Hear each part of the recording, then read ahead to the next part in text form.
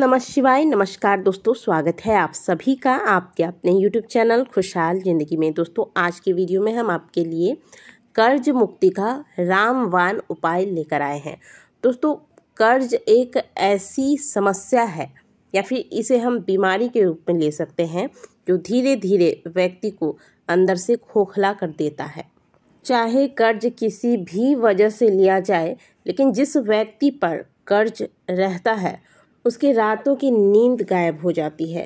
इंसान कर्ज के बोझ के तले दबता चला जाता है। आपने कई बार सुना होगा कि किसी व्यक्ति ने कर्ज के वजह से परेशान होकर आत्महत्या कर लिया। ऐसा आए दिन हम सुनते हैं, क्योंकि कर्ज है ही अपने आप में बहुत बड़ी समस्या। जिस व्यक्ति पर कर्ज रहता है उसका जीना मुश्किल कर देता है कर्ज।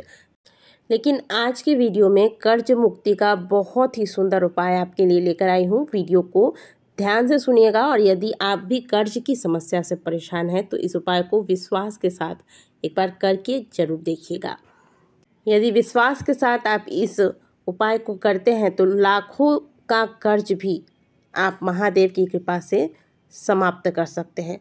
तो चलिए जानते हैं उपाय क्या है। इस उपाय के लिए आपको कच्चा सूत लेना है। सफ़ेद वाला कच्चा सूत जो हम वट सावित्री या अन्य पूजा में इस्तेमाल करते हैं ना, वो सफ़ेद वाला कच्चा सूत लेना है। इसे हल्दी और केसर वाले पानी में यह उपाय आपको करना है गुरुवार को। तो गुरुवार को करने के लिए ये जो आप धागा ले रहे हैं, कच्चा सूत ले रहे हैं, इसे बुधवार की रात को ही हल्दी और केसर वाले पानी में भिगोकर आपको रख देना है। इसके बाद अगले दिन यानी कि गुरुवार को जो आपने सूत को पानी में भिगो के रखा था, इसे निकालिए, थोड़ा सा निचोड़ कर इसे सुखा लें। इसके बाद स्नान के पश्चात 1 लोटा जल लीजिएगा, पीतल का लोटा लीजिएगा। और इसी लोटे में कुछ दाने मिश्री के, थोड़ा सा शहद और 1 चम्मच गाय का कच्चा दूध डालकर अब इस तरीके से आपको जल का लोटा तैयार कर लेना है।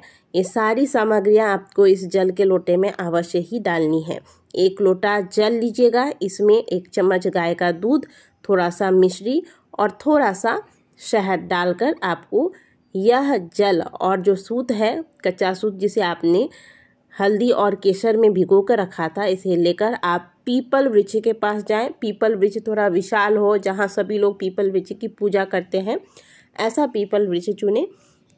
जाकर इस जल को पीपल वृक्ष में आपको समर्पित करना है। पीपल को जल अर्पित करने के पश्चात जो कच्चा सूत आप लेकर गए हैं, इस सूत से पीपल वृक्ष की 7 बार परिक्रमा करनी है। यानी कि 7 बार जब आप परिक्रमा करेंगे तो हाथ में कच्चा सूत लेकर पीपल वृक्ष में लपेटते हुए, जैसे आप वट सावित्री में परिक्रमा करते हैं ना सूत से, बिल्कुल उसी प्रकार से सूत से आपको परिक्रमा करनी है। तो सूत इतना लंबा लीजिएगा कि पीपल वृक्ष की 7 परिक्रमा इससे पूर्ण हो जाए। कभी भी परिक्रमा लगाते वक्त धागे को गांठ नहीं बांधनी चाहिए, इस बात का ध्यान रखिएगा। जब आपकी परिक्रमा पूर्ण हो जाए तो इस धागे को वहाँ अच्छे से लपेट कर छोड़ दीजिएगा, इसमें गांठ नहीं लगाइएगा।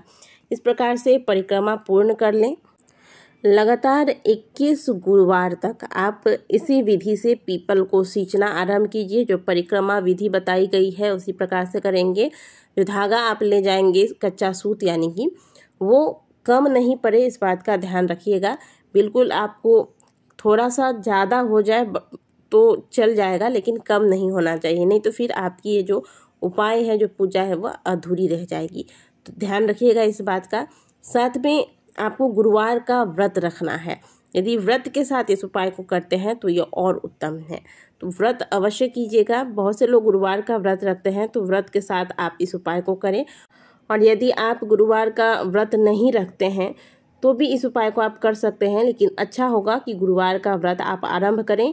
21 गुरुवार तक आप व्रत के साथ इस उपाय को करें। साथ ही गुरुवार के नियमों का भी ध्यान रखें, जैसे कि गुरुवार के दिन काले रंग का वस्त्र ना पहने, गुरुवार के दिन मांस, मदिरा इत्यादि का भक्षण ना करें। साथ में गुरुवार के दिन बाल धोकर स्नान नहीं करना है, नाखून नहीं कटवाना है। इन नियमों का ध्यान बहुत ही आवश्यक है।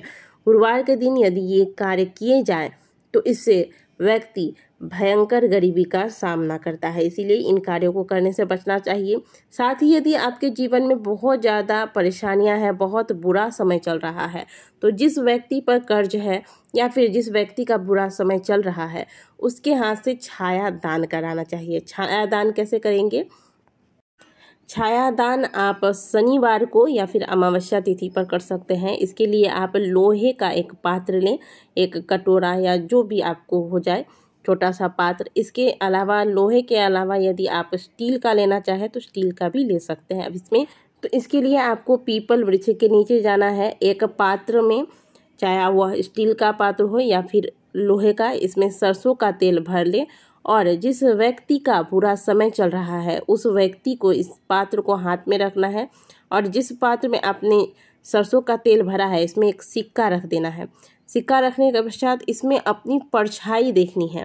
परछाई देखकर आपको अपनी समस्याओं का ध्यान करना है और इन समस्याओं से मुक्ति के लिए प्रार्थना करना है। आपकी समस्याएं समाप्त हो जाए ऐसी प्रार्थना करें और इसके बाद इसका आपको दान करना है। दान कैसे कीजिएगा? तो इस पात्र को वहीं पीपल वृक्ष के नीचे रखकर सीधे आपको घर आ जाना है, पीछे मुड़कर नहीं देखना है।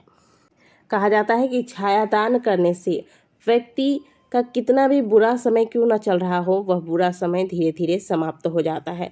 तो यदि आपको लगता है कि आपका समय बहुत बुरा चल रहा है तो एक बार छाया दान भी अवश्य करें। महादेव की कृपा से आपकी जो भी समस्याएं हैं वह समस्याएं शीघ्र समाप्त होंगी। तो दोस्तों, आशा करते हैं कि अगर आप कर्ज की समस्या से परेशान हैं तो ये उपाय आप अवश्य अपनाएंगे और शीघ्र अपनी समस्याओं का समाधान प्राप्त करेंगे। इस उपाय को आप किसी भी गुरुवार से आरंभ कर सकते हैं। वीडियो अगर आपको अच्छी लगी है तो वीडियो को लाइक जरूर कीजिएगा। कमेंट बॉक्स में हर हर महादेव अवश्य लिखिएगा। मिलते हैं आपसे अगले वीडियो में, तब तक के लिए ओम नमः शिवाय, हर हर महादेव।